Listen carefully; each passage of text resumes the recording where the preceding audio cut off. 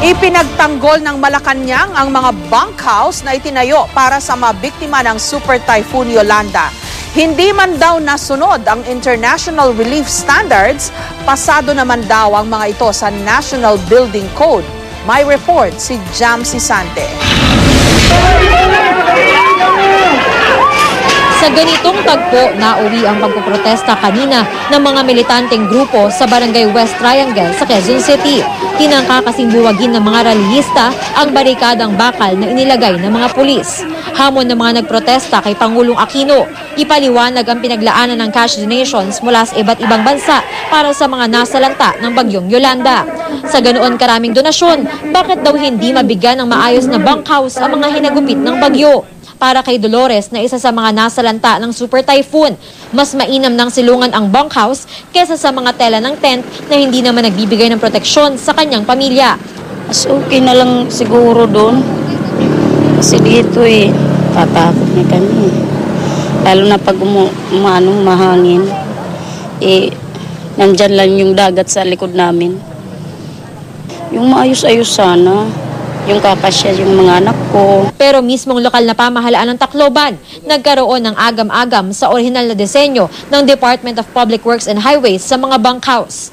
Sa orihinal na plano ng DPWH, ang isang bunkhouse unit merong 24 na kwarto. Ang isang kwarto para sa isang pamilya, gaano man ito kalaki. Silipin natin ngayon kung gaano kalaki yung isang kwarto. Ito yung orihinal na laki ng bawat kwarto. Imagine nyo na lang kung lalagyan to ng kama tapos 6 na tao yung nakatira, medyo masikip nga. Kaya naman pinunan ng mga eksperto. Ang balak daw ng DPWH, tatanggalin nila itong partition sa gitna para naman madoble espasyo. Medyo maliit lang po talaga yung mga kwarto. Pero ito po yung na-address na rin po ng DPWH. We are satisfied that they are now fixing or making the necessary corrections. Aminado naman si Presidential Spokesman Edwin Lasherda, hindi nasunod ang international standards sa pagtatayo ng temporary shelters. We are following our standards. We don't necessarily have to follow international standards, but our concern is safety. Our concern is they should not be congested.